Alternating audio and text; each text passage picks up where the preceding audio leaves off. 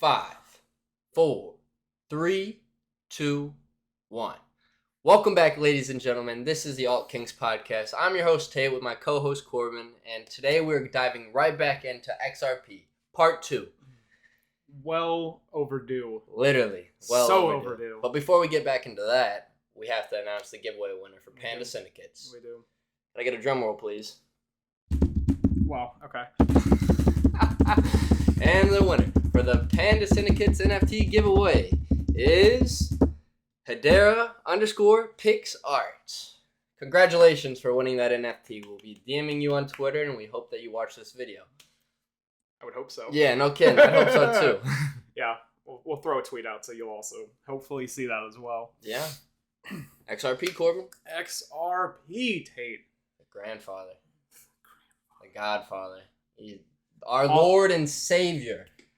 No, it's Brad Garlinghouse. I mean, yeah. He had to create And Schwartz. Yep, there you go. And Makes much more sense. Yeah. So XRP is the native token to the company Ripple. Ripple owns majority of tokens. Not majority, but they have a good amount of supply. Yeah, I mean, some people like to say it's decentralized. Other people like to say it's centralized, but it's interesting because Ripple didn't actually make the currency. yeah.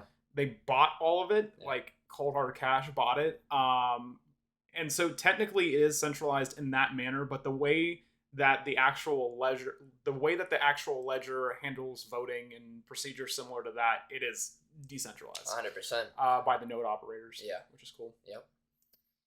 It's amazing how it all works. Because, I mean, the native digital asset is built on the XRP network. It's an open source, permissionless, and decentralized blockchain technology that can settle transactions in 3 to 5 seconds for less than pennies. Like that. I've seen transactions go worth $30 billion for only costing transaction fees are only 30 XRP. $30 billion, 30 XRP. And XRP is sitting at roughly around 72 cents right now. So, I mean, you can really do the math. Nothing. No. It's crazy. Yeah, absolutely. The founders the CEO is Brad Garlinghouse, the CTO is David Schwartz, and the CFO is Christina Campbell. There's many great people a part of their board, as well as the executive chairman, Chris Larson. It's the main one that everybody talks about. Yeah. But I mean, there's also one lady. There's also one lady. Tate, tell me a little bit about this lady. Just a little bit. Her name is, she likes to go by Rosie. Some call her Rosa. Go on. Yeah. I mean, I have this $5 bill right here. Mm-hmm. And, I mean, some people, it might be really hard to see, but others, if you have 20/20 vision like me, you're able to pretty much point it out. Sir, are you insulting me? How dare you, sir? Unbelievable. Well, if you check, I guess you could say the bottom left corner of your dollar bill, it can be $1, $5, $10, $20, $100, $50, anything. Well, if you check it, the 43rd Treasurer of the United States, her name is Rosie Rios, she's on it. She's a part of the board of Ripple. If that doesn't say much, I don't know really what else would. Yeah. But her name's on the money, and she works with a company who deals with a lot of money. But other than that, it basically explains itself. Yeah. She's a very smart lady. She knows what she's doing. She didn't get to that position by not, putting in her homework, so to speak. Exactly. I mean, they have many great partnerships. I mean, we've discussed all of this really back in episode 1, but we want to just revamp it to just bring back the information. Please don't watch episode 1. It's honestly our worst episode to date. I mean, but worse. It's a come up story. Yeah, exactly. There you go. The first episode's obviously always going to be the worst. You always grow after each episode. But some major partnerships are major banks and also corporations. I mean, you probably know a couple of these: Bank of America, American Express. Didn't want to interrupt you, but sure. Bank of America just formally announced. I don't know if you saw those news articles. But Bank of America formally announced their partnership with Ripple and actually mentioned them in quite a few of their recent documents. That just gave me the chills. Because, to me, that means a lot. Because, big money makes big money. And to be fair, they've been a partner with Ripple for probably 3 or 4 years at this point. Yeah, so both of their headquarters are basically right next door to each other in California. So Bank of America, American Express, Santander, Trilango, SBI Remit, those are just a few of the major banks. Yeah, and those other guys towards the end, they handle cross-border payments across the world. Yes, so. it's a bunch of foreign countries that they work with. Yeah. XRP's technology is versatile in all shapes and forms. But it's mainly tailored for specifically banks. Yeah, but the biggest problem that XRP and Ripple face at the moment is just the lawsuit that they're in. They've been in a lawsuit since it's December 2020. It's January. It started in January 2020. It's been 84 years. It's been too long. Let's put it at that. But needless to say, the SEC, United States Securities of Exchanges, they sued Ripple, classifying, saying that Ripple was selling unregistered securities to their investors, which that obviously isn't the case, but that's what the SEC loves to testify. Corruption. Yeah, but allegedly. Recently, what was it? Just recently, it was February 28th. What about Discovery ended? Yes, Discovery ended. Yeah. So it all comes down to now, basically. Yeah. These next few months. Now we're in the home stretch. Yes, these next few months. Judge Netburn's gonna put the hammer on him. Let's order in the court. Alright, chill, bro. All right. So now that we got the gist of everything in, let's get into it. Sounds good. So part 2 is gonna be. So that was kind of like an intro to like all of the basics of it, and then the rest of this video is gonna be more of a deep dive into the actual technical side of XRP and the ledger behind it, because that's actually, I've heard a couple people mention that the ledger itself is actually where the versatility and the longevity and the use case for it will devolve from, essentially, or evolve from. So that's essentially what this video is going to be about. Yes. They're able to. XRP is ISO20022 compliant. And that is basically a messaging system that is used cross borders for basically anybody. Yeah. And it's compatible. Other things that are also ISO 220 compliant is companies like PayPal and Visa. And they're able to send messages and payments cross borders around the world for less than pennies and less than seconds. But it can be more than just payments, obviously. It can be messages as well. Yeah.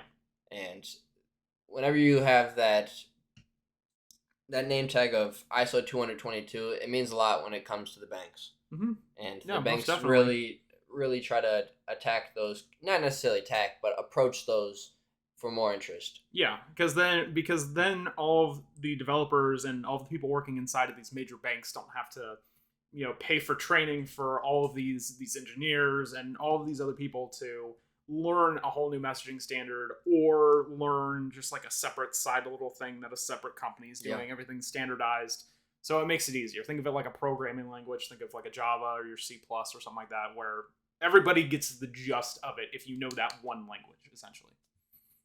It's a world language. The world's token. CBDCs. Yeah. Central banking digital currencies. It's known or estimated that about 80% of central banks around the world are actively exploring to use what is known as a CBDC. And this is a token that is issued on a blockchain that represents a country's national or otherwise known as fiat currency. Yep. Essentially taking the regular fiat currency, your US dollar, your yuan, your pound, and essentially just making it into a digital form of it, so it can be more easily moved, and be easily moved, quickly moved, and I think it would also be, unfortunately, efficiently moved. Yeah, and I think it would also allow the government to do more tracking stuff with it, because they love that. Yeah, they're definitely going to be able to tax us a lot more effectively when it comes to this stuff, but regulations are needed in this space. Yeah, we can't be getting away with selling all these different currencies and making our own ones whenever we feel like it. But why does it have to be Gary? Yeah, I know. It's great. It's a great question why it has to be that, man. But you already know who left it all off for him. Oh, thanks. Yeah, thanks, Jay. Yeah. Appreciate that one, bud. Cute. Not cute at all. No. What allows CBDCs to operate more effectively is something called ODL, on-demand liquidity. And on-demand liquidity allows access to basically any money. Yeah. It more so allows banks to... It's like a loan in a way. No. No. Essentially, it's instead of you... So if you're a bank that's doing cross-border payments, these payments take a long time, they're expensive, and in between that, the strength of the particular currencies you're trading will oftentimes change of how much they're worth. So if, for instance, a bank quotes, somebody's dollar is going to be worth, £2, for instance, and the US dollar suddenly spikes up. Yeah. And it ends up being worth less. Like, there has to be an intermediary in there to make sure that the transaction still happens for the quoted price, essentially. Sure. And essentially what ODL would allow for these banks is, instead of having these massive, they're called Nostro Vostro accounts, of where it's just essentially a big safe for these companies. It's like a big pot, and people can pull from the pot whenever they please. Pull it, put stuff back in, yeah. So there's tons of money tied up in that, and a lot of people don't realize that. But as soon as something like XRP comes along that has this solution to essentially eliminate that need, because these companies can just quickly go in and out with XRP, you don't need to have these trillions of dollars just kind of sitting on the sidelines, not doing anything for anybody. So that would solve a major issue in and of itself. Yeah. For these banks. I mean, it allows the banks payment firms to get their hands on a lot more money and a lot quicker rate. Yeah. To be able to move money faster. Yeah, absolutely. So that was another thing too, of like what Tate was saying with the guy who moved, what was it, 3 million? 30 billion. Yeah. Oh, okay. Yeah. But that's also major corporations moving that money. I mean, it's not anybody. It's not me or Corbin. It's major corporations. Yeah. Not yet. You got that right. But it's major corporations moving big money, and right now the standard way of moving that money is not effective. No, it's not effective at all. It was created in the 70s. Yeah, it takes probably 3 to 5 business days minimum to send money. Yeah, with major fees and going through a bunch of in and out loops and twists just to try to make these a lot of middlemen that have all got to take their cut along the way, essentially. And nobody likes middlemen. No, unless you are a middleman, because then you make money. Yeah, you got that right. Just look at drop shippers. Yeah. Unless you have that's a whole nother story. I mean, drop shippers, there's different types of those. Sure. If you're selling your own custom product, then there's not really a middleman. That's a brand. It was a joke. Yeah, I know. Yeah. I took it to heart. It's okay, bud. Tell us more about CBDCs, Corbin. Should that be my new name? Is Crypto Corbin? Because we can't, like Crypto Mason. Yeah, Crypto Mason. Yeah, that's a Crypto good one. Corbin. Yeah. But we can't combine them in together. So what would I be? Crippin? Then the Reds would be after me, or the Bloods would be after me. Yeah. Ain't about that. Nah. Anyway, back to your regularly scheduled programming. Yeah, so central CBDCs are here to stay, and they're being piloted in a ton of countries right now. The only country that really has one rolled out right now is China, because they tend to be sort of it really helps their dictatorship. Yeah. Unfortunately, because they want to be able to see where all the money is, but also figure out, okay, how can we cut people off? You said something bad about Xi Jinping. Okay, great. You're no longer going to have any ability to buy or sell things. Wiped and off. You're also not going to have the ability to get tickets for transportation. Trains, your planes, your automobiles. They can restrict all that? Yeah. Yeah, it's a big problem, man. It's horrible. And just for speaking out or showing solidarity with Hong Kong when they got taken over. Wow. Yeah. Oh my god. Yeah. No, it's not good. That's manipulation. Yeah, which kind of makes you worried about the future. Yeah, but they're also needed. I mean, if we're gonna like, I mean, Klaus Schwab, what was his name? Klaus, the guy from the World Economic Forum said we're gonna own nothing and be happy, Tate. It's all gonna be in Zuck's metaverse. It's gonna be mystery money. It's gonna be monopoly money. Oh god, our fiat already is. Anyway, yeah. So CBDCs are here to stay. They're actively being worked on every day. On a day in and day out basis, they're being worked on by some of the top people in the world right now, and those top people, they need CBD. We all need CBDCs because, like, all right, for an example, the stimulus checks that we just received in the United States a few months prior, those could have been sent out in a much more orderly and timely fashion if we had some sort of CBDC. Because if everybody had their own wallet, then we'd all be able to get it instantaneous. Well, no. This is the government we're talking about, Tate. They figure out a way to screw it up. So fun story about the stimulus checks. I actually typed in like my address and my banking information for direct deposit and everything. After I was done filling it out, it didn't even process it and said, okay, we'll send you a paper check. I'm like, guys. So how do they get a hold of your address if it doesn't even process? Because you have to type in the address. Gotcha. So I don't know if it just did. I don't know if there wasn't a handshake that was made between my bank and the IRS or your Wi-Fi and the extension you were using. Oh god, I don't want to talk about it. It's probably my VPN. Anyway, yeah, they thought it was in the UK or something probably. Anyway, yeah, CBDCs.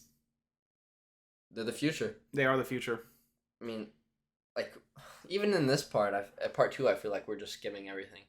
Oh yeah, no, we could easily go on. Ramble and jabble. We could be here for hours. I feel like as our channel progresses, we're eventually going to get more and more into the iceberg of XRP, and we're going to be like nearly to the bottom of the iceberg. We'll be on part like 28, and then it's going to sprout up even more though. And then we're going to find more information. Yeah. I mean, the lawsuit's going to be over, and then all these banks are going to hop on board, and all these trillions of dollars are going to funnel into Ripple and XRP. Yeah. And then XRP is going to shoot up $100, and we're going to come back to episode 6. Only 100. What happened to 589, Tate? I mean, 589 or bust, my boy. Come on. 589 or bust. I'm so sorry.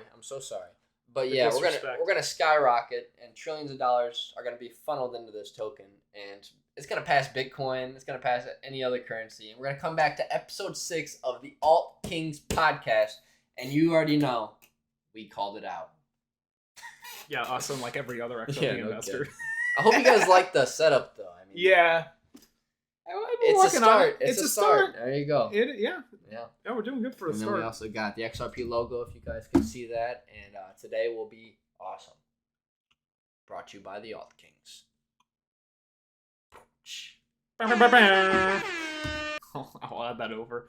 Anyway, the other thing about the XRP ledger that's super interesting is that they allow federated sidechains, which at face value sounds like, what even is that? What's a sidechain? So a sidechain is essentially it can be a spin-off of a blockchain. So if you think about Bitcoin, and there's Bitcoin Cash and like a couple other little side chains that have spun off. Those were actually from ledger errors inside of Bitcoin, and that's actually how those got started.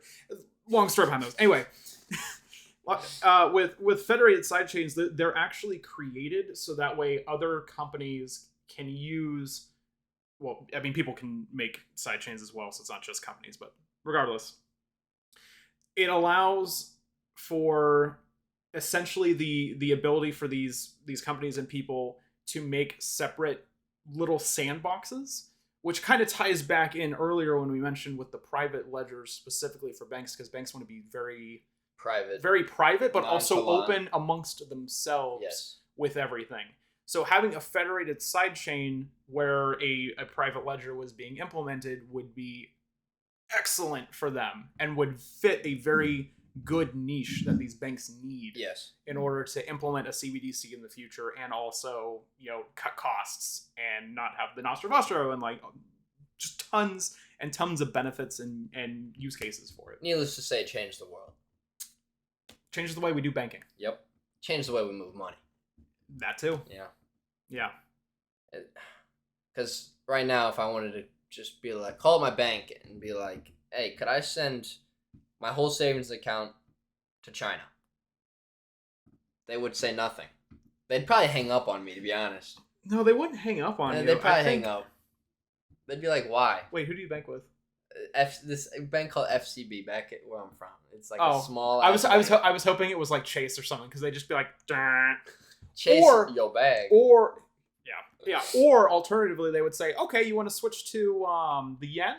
Great, fantastic. Here's a 40% charge for you to be able to move it, and it's going to take a week and a half to get there. Maybe, yeah. Maybe. There you go. The maybe in there. Oh shit, dude, that's terrible. Mm-hmm. But all you have to do is have a wallet. Yeah, no, it's hilarious how stupid it is too. Because if you're, especially for countries that aren't banked very well, they could be a third world country, or they could be just very, very rural. Yes. And it just doesn't make sense for a actual branch to be developed in that particular area. All of those people, they're more than likely going to have phones, and then also too with Elon's Skynet, his Wi-Fi, with Starlink, his cloud. I called it Skynet. Oh no! He's probably gonna watch this and be like, delete.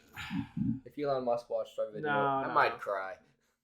No, Elon seems like a good dude. Anyway, besides the point, I lost my train of thought.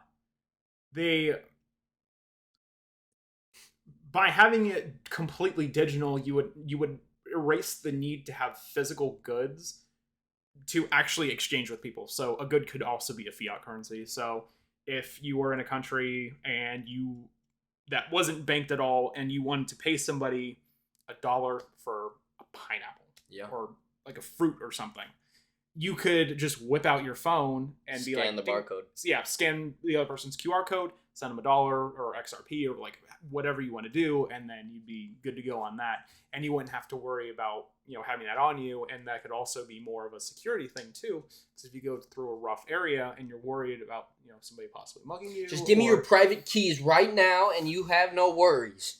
The $5 wrench attack. Yeah. Yep.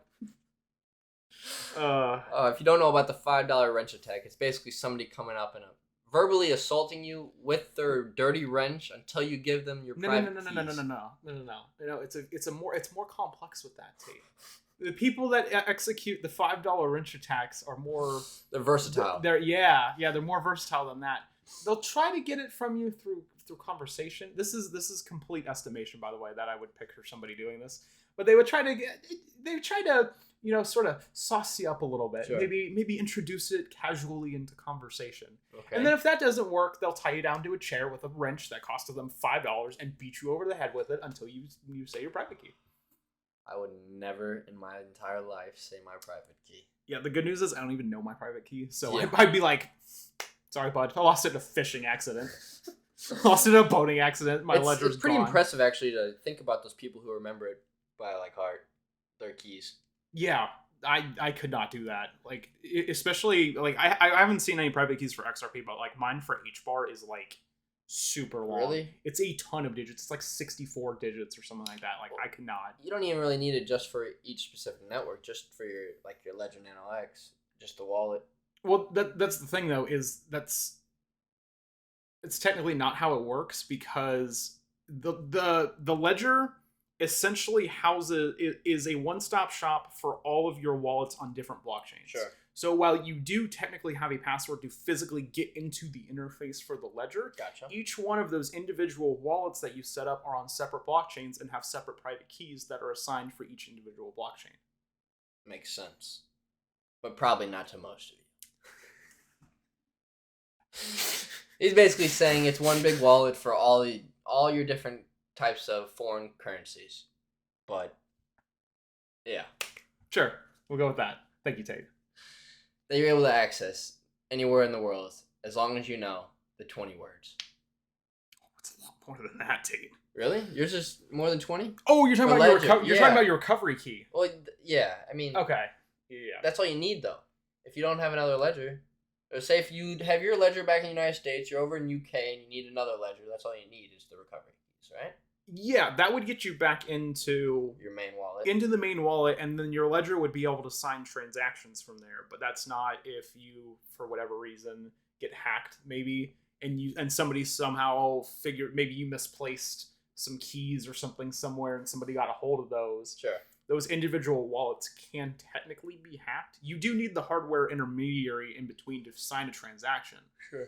But that's why Ledger, like, over and over and over and over and over and over again, and Decent and all these companies say, like, do not share this, do not screenshot this. This is just don't give it to China at all. Don't screenshot it. Don't write it in your notes. I learned that the hard way. I wrote all my keys in my notes, screenshot the photos, all of that. I had to make brand new ones, write them on hard pieces of paper. You don't know where those servers are stored. I'm not trying to wear a tinfoil hat, but I'm saying if these currencies go to some crazy numbers, I want you to be safe. Well, all that stuff on your phone stored in the cloud, and the cloud's accessible from anywhere. Yeah. If you're a hacker, you're able to access the cloud and any information you want inside of it, instantaneous. Yeah.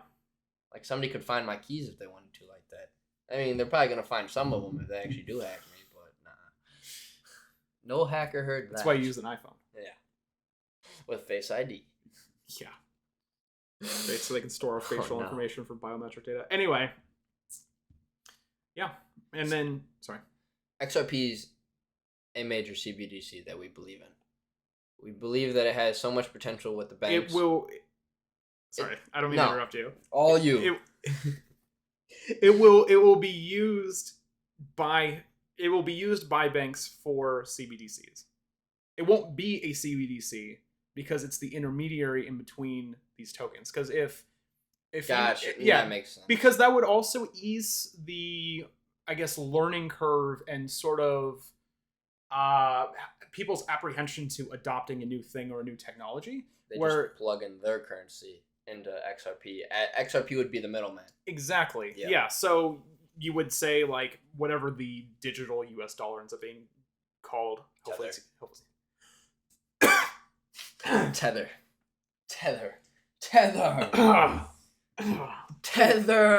Stop. My ears are gonna bleed, bro. I'd rather it be called UDCS, whatever that's called. USDC. Yeah, USDC. Which is actually audited and backed by Circle, which is a giant company. Like, USDC is great. Yeah, if you ever, like, not financial advice, but if you ever need to store some of your gains into a stable coin, USDC would probably be the way to go. Or Pax Gold, if you want to diversify into gold assets. That will be a totally separate video. Pax Gold is crypto gold, basically. Yeah. Yeah. So Pax Gold essentially is, you're essentially buying a token that has a 1-to-1 ratio of like raw gold that is in a big vault. Yeah, it's in a vault, exactly. Yeah, so it's in a vault over in, I believe, the UK, and it's audited by a ton of people, and even I believe like the New York Stock Exchange or like some like super duper big players audit them. So like they don't mess around with it. No. So each token that you buy is equivalent to, I believe it's 1 troy ounce of gold. Wow. So the price of Pax Gold follows the physical price of actual gold. So if a troy ounce of gold is worth $3,000, then the coin will go for $3,000. If the price of gold goes up to $5,000, then the price of Pax Gold would go up to $5,000, and you can exchange them out at any time for physical gold if you ever wanted to do that. Wow. And they would just take it out of their gold reserves. Wow. It's pretty cool. I never knew. I've heard of Pax before, but like, I didn't realize it was that big. That was a bearable bull recommendation. Well, if we don't provide enough information for you guys, please go check out the Bearable Bull. Oh, yeah. He provides more information than we ever will. He's fantastic. He's the best guy or King Solomon, too. Yes. He's a killer. And Kevin Cage. Kevin Cage is more on the TA side of things. Yeah. But another great recommendation. Yeah. Not financial advice. NFTs will soon be on the XRPL. They are inevitable, as Thanos once said. It is the future. I mean, I don't know if any of you guys have had any problems with Ethereum before. Obviously, Ethereum is the biggest NFT marketplace for NFTs, but Ethereum's network is not the best.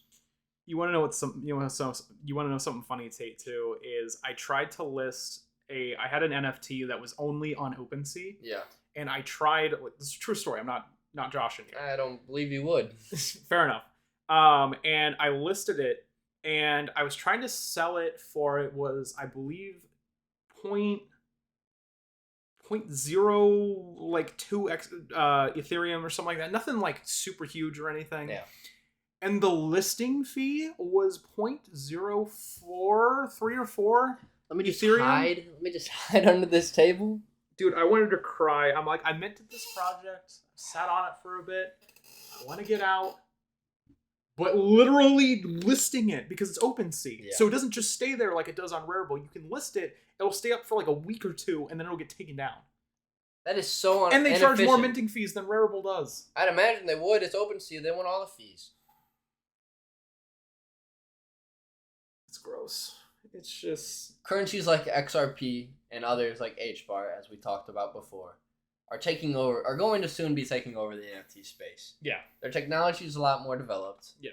It's a lot more structured, and it's a lot more effective. It's a lot more scalable. That's the big thing. That's why Ethereum is so broken. Yeah. Is because it just can't scale to the level that it's at. Well, I mean, yeah, it's because you have these big dogs coming in, transferring money through ETH, and their transactions instantly go through, basically. Well, yeah, because they're the top dogs. Yeah, they're paying tens of thousands of dollars, if not hundreds of thousands in gas fees to be first in the line to get the transaction done. And all those millions of people below them sending just $10, $20, paying $100 in fees.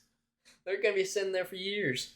Yeah, or they'll have to go in and cancel it and pay more gas to get the transaction canceled, because if you try... Yeah, you've probably had to deal with this too. If you have a transaction that's been sitting there for like a day or whatever and it's not going through, you can't do another transaction because of the way it's layered on the blockchain. You have to actually submit another transaction with the same, it's called a nonce. Nonce? NONCE, I believe is the thing for it.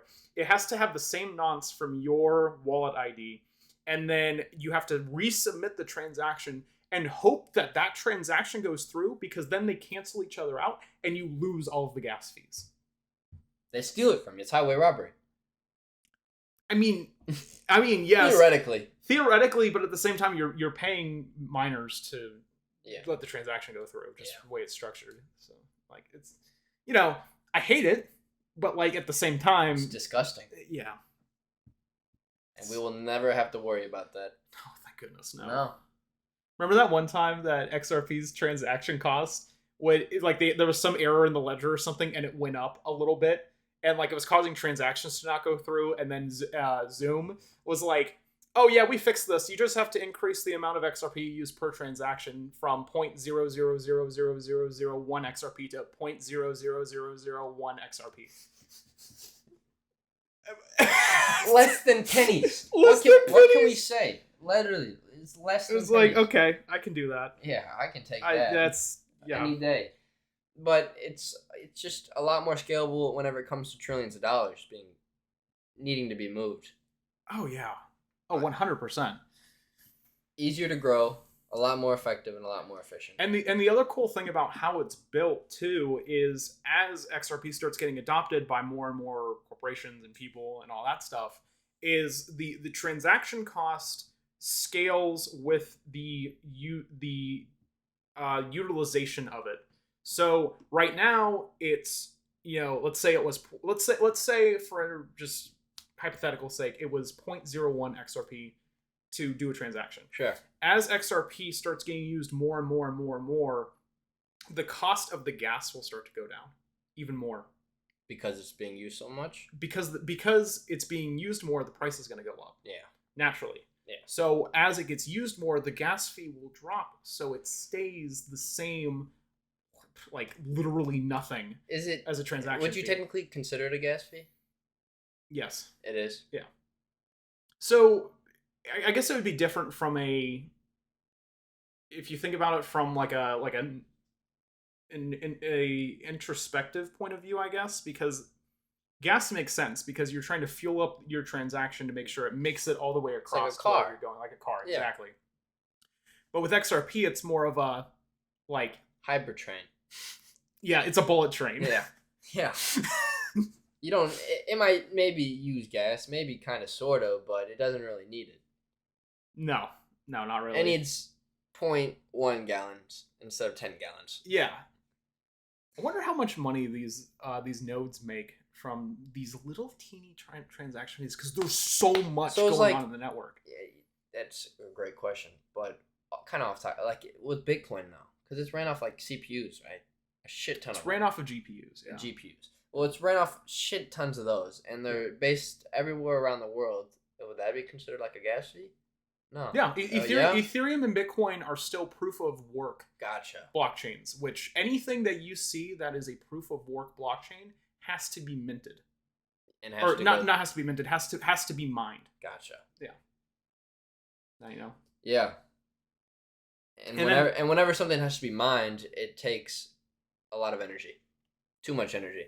Yeah, it takes a lot of energy, and also it just has a lot of cost involved from the outset of having to acquire all of this equipment to make sure that your hash rate is high enough that it's going to actually be profitable for you, because you also have to think about not only the GPUs themselves or the dedicated mining rigs that people have that are just dedicated to crunching those numbers, but you also have to think about the electricity cost. You have to think about the air conditioning cost. If it's summertime, you got to keep that room cool. Solar panels, if you use them.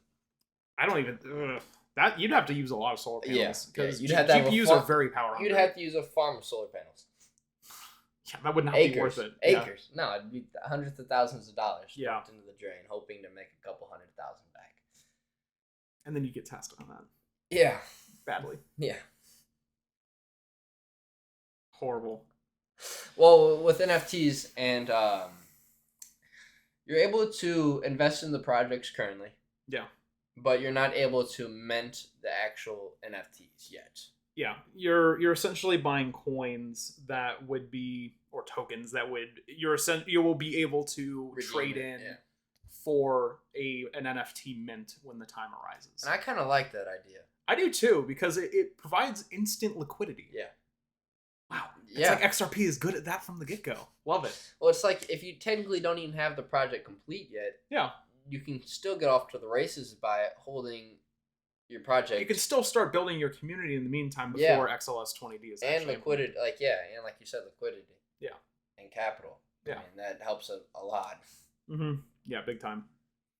And it's XRP is so close to having native NFT functionality. All it needs is for the full rollout of it's a protocol called XLS20D. As soon as that protocol gets voted on and fully implemented, then we're off to the races with NFTs. It's go time, baby. It's go time. It's go time because Ripple is like hardcore, funding developers, funding NFT creators. Like Junkies is about to get another round of they're about to go through. You just spoiled it. Our next guest is XRP Junkies. Yes. Well, it wasn't spoiled until you said something, bro. I was just using him as an example. I spoiled it. Well, XRP Junkies is the first game created on the XRPL, right? Yeah, it's going to be the first game on the XRPL, but actually Junkies is not going to be our next guest. Warlock is our next guest, because this video is coming out tonight. Yes. Yes. Warlock is our next guest, but XRP Junkies is our next NFT on the XRPL guest. Yes. It's going to be our first one on the XRPL, which I'm super pumped about. I'm so excited too. Those guys are so cool, man. Yes. I love them to death. They're very, very smart with a great community back. Absolutely, yeah. A lot of guys who know a lot of just quality information. Oh, yeah. And who, I'm excited. Very smart. Yeah, me too, man. Yeah, they're going to be the first metaverse on the XRPL. It's a metaverse, but it's not. Yeah. It's like a free roam. It's like a free roam game. For now. Yeah. Like metaverse stuff is still very early. Yeah. Like embryo stages of early. There's another one called Zerpcraft. Have I told you about Zerpcraft? Mm-hmm. Okay, so Zerpcraft is essentially they have a Minecraft world. So this is all based in Minecraft. It's like the Java edition of Minecraft. So essentially you will be able to buy plots of land in the Minecraft server, and it's like a certain, you pay I think it was like 10 XRP or something really tiny for one block, which is like it's a pretty okay little space to build something. It's like a little plot of land to work on. Yeah, a little plot of land to work on. You own everything below it and above it as well, and you can just build whatever in there. And they're making NFTs inside of Minecraft that will be on the XRPL. It is some wild stuff. Do they have their own server? Yeah, they have their own server. I can. I'll send you a thing. I don't know how well your MacBook would run it. That shit ain't running nothing. That ain't running nothing.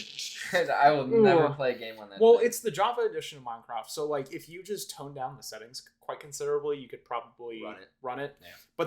But like you can go through right now and just kind of see the world and kind of scope out where you want to buy land. Oh, nice. If you and your friends want to buy a particular area next to each other, you can do that. Are people currently buying land? You can't right now. No, right now it's just in the scoping stage. What is today? Today's the 3rd. I think in like a week, I want to say, or maybe a week and a half, they're going to be having full ability to be able to purchase the Zerpcraft little tokens to be able to buy stuff in the land. And because it's in Minecraft, I think they're going to be able to not technically mint it, but you'll be able to do stuff inside of your little plot. So they're partnered with Minecraft. Correct? No, they're not. They're not partnered with Mojang. It's just working off of their platform. Yeah, I can't imagine how hard it would be to get Mojang. Well, because it would have to be Microsoft as a whole because they bought Minecraft. Yeah. So I don't know if you would have to get somebody from Microsoft in a room or somebody from Mojang because Mojang's still alive technically. They're just bought by Microsoft. You just have to get the head rep for Mojang. Needless to say, probably. It's an idea. Yeah. Anyway. Jabbled off of that NFT project, but yeah, a lot more to come. So much more to come. Yeah, and then Extremes is doing a bunch of stuff in Zerpcraft as well. Big partnership, big partnership. I love how these communities on the XRPL all kind of like intertwine and work together. Oh yeah, everybody just wants to see everybody succeed, and it's great. Except for whoever created XCal. Screw that guy. And Punks. Punks seem just a little. I don't know. I don't really see him working with much, like other.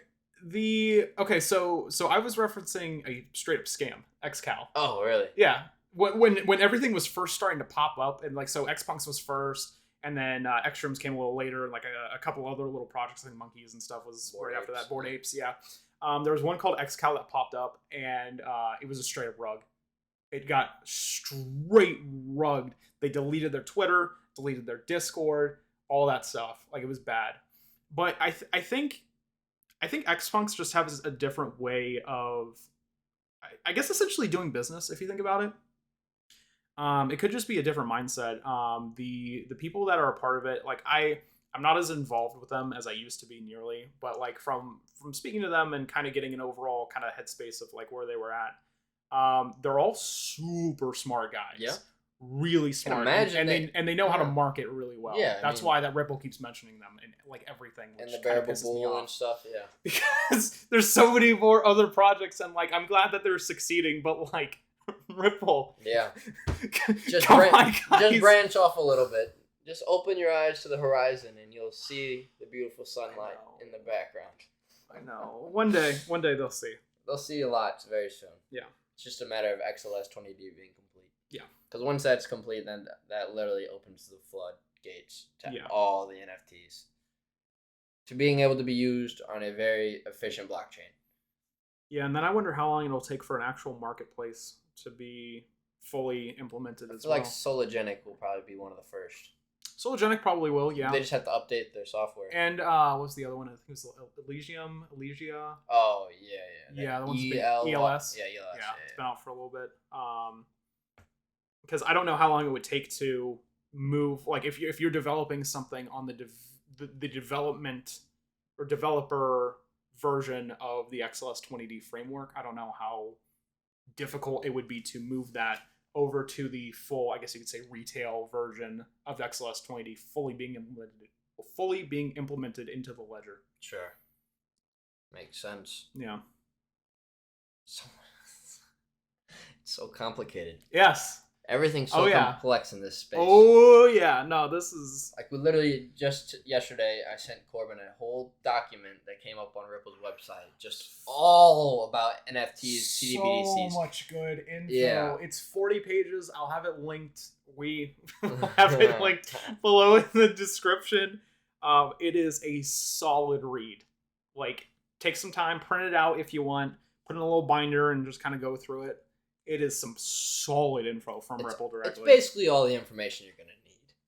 plus a little extra pizzazz. Yeah. But obviously, there's going to be plenty of more information to come out along the way. Oh, yeah. But this is just the most updated information that we've came across to date. Yeah. Crazy. It's insane. Good things are coming our way. You know what we also forgot to say? What? Thank you all 500 of you for subscribing to our channel. We appreciate all of you. 500 subs. In less than a month. Wild. Never would have expected that. No, not I was expecting us to have maybe 50 subscribers at this point, yeah. Like, no, I'm dead serious, because it takes a while to get a channel up off the ground. Oh, yeah. And the fact that, like, it's already at this level. In 1 month. In a month. All thanks to you guys. We love you. Kisses. Tate, that's how you get, like, stalkers and stuff, bro. You might want to... Well, I'm already doxxed, so I'll probably start having a fan base or a hater cult against me eventually. But that sounds fun. Yeah. You win some, you lose some. That's fair. But I like recording now. Yeah. It's pretty nice. Yeah, me too. I love seeing all your beautiful faces behind the camera.